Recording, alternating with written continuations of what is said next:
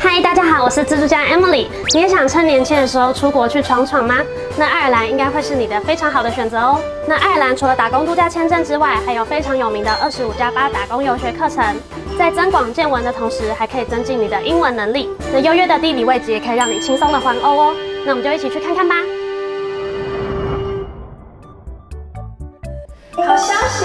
自助家独家合作的 Travel DIY eSIM 方案，不用换卡，不用跑门市，购买最快15分钟就可以得到你的 QR code， 扫一下就可以联网，是不是方便又快速呢？看到这支影片的同学，只要输入上面的优惠码 YTDIY20， 就能立即享有优惠哦。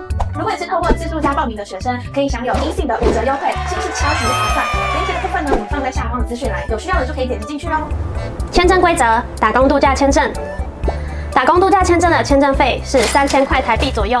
爱尔兰政府每年提供400个名额给台湾人去打工度假，大约是每年的11月开始申请，但这个数字也会随着爱尔兰当地的劳动力人口而增减。持这个签证可以在爱尔兰当地全职工作1年，年龄限制为18岁到30岁之间，需要额外提供4000欧元的财力证明，约为台币15万左右。那如果你是持打工度假签证的话，要念语言学校最多只能念6个月哦。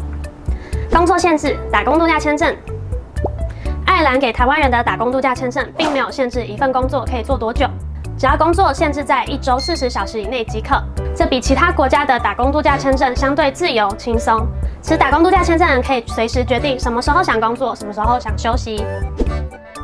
花费：打工度假签证除了3000元台币的签证费之外，还要额外准备4000欧元的财力证明，折合台币约为15万左右。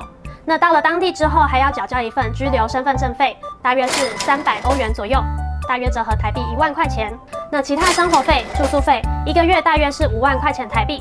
那如果你是即将出发爱尔兰打工度假的人，可以先准备个10万元台币左右，但这个预算必须在第2个月马上找到工作才可以哦。英文进步幅度：打工度假签证。那不可否认是，很多人到国外打工度假是以赚钱为导向的。但在爱尔兰不像澳洲或纽西兰一样，他们没有农场或者是工厂的工作，大多的学生还是会在服务业工作为主。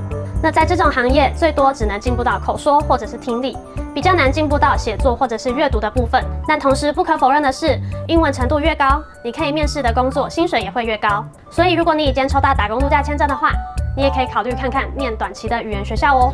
25+8打工游学签证。25+8的打工游学签证，顾名思义就是前面念25周的课程，在课程结束之后可以留下来工作8周，在25周课程期间，1周可以打工20小时。那如果是课程结束后的8周，1周可以工作40个小时。这个方案没有年龄限制，也没有次数的上限，1整年都可以申请。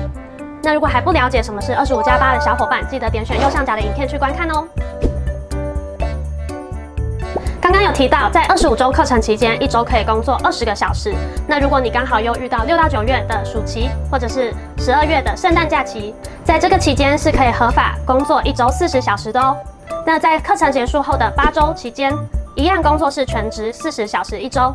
而这个25+8方案最多可以延长2次，也就是说你最久可以连续待在爱尔兰2年哦。25+8打工游学签证的居留身份证费为300欧元，折合台币约1万块钱左右，但需要额外再准备大约4500欧元的财力证明，折合台币大概是16万元左右。那25周的语言学校费用大约是15万元台币，其他的生活费1个月大约为3万块钱台币。那如果你有顺利找到工作的话，半工半读是可以 cover 所有学费跟住宿费的1半哦。那以下我们整理了一些在爱尔兰比较常见的职业的薪水。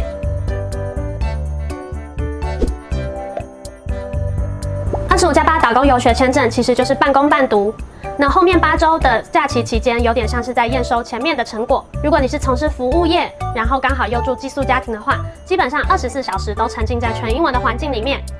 你的英文不只有听力跟口说会进步，在学校也会进步到阅读还有写作的部分。相对于打工度假的学生来说，英文进步的会非常快速哦。优缺点整理，那以下我们整理了打工度假跟打工游学的优缺点，你可以评估看看自己比较适合哪一种签证哦。没有课程绑住，随时都可以旅游，假期安排弹性。前期需要准备的费用较少，只要准备生活费或住宿费即可。签证申请准备的文件较少，且大约2周签证就会下来了。每周可以打工的时数较高，工作选择比较自由。工作告一段落之后，随时都可以来一场其他城市的深度旅游。缺点有年龄限制，超过30岁就不能申请。每个人一生只能申请同一个国家打工度假签证一次，每年都有名额限制，一年最多400个名额。英文进步的较缓慢，最多只能进步口说或听力的部分，相对要比其他人独立。开户、找工作都必须要自己来。18岁以上也能申请，没有申请的次数限制，可以念比较长的英文课程，不像打工度假签证只能念半年的语言课程，能有效地加强各方面的英文能力，有助于找工作。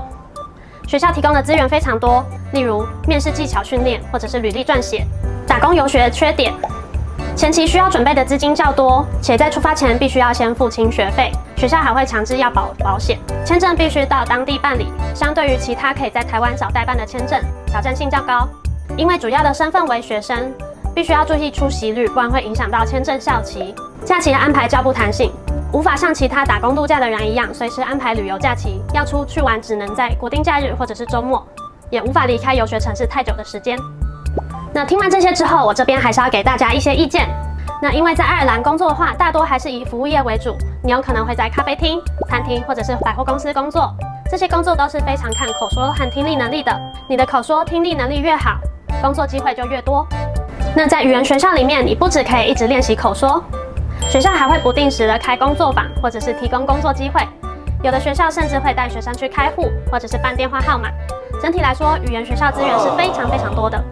所以在这边还是建议，如果你是申请打工度假签证的学生，也可以考虑念念看短期1到2个月的语言学校哦。且大家都知道，在都柏林找房子是出了名的难，大部分的人在爱尔兰还是会找 share house 的房子为主。那在学校认识比较多同学之后，也可以大家一起找房子，大幅地提升找房子的效率哦。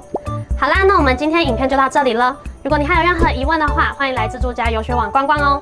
那如果你喜欢我们的影片，请帮我们按赞、订阅、加分享哦。我们下次再见喽，拜拜。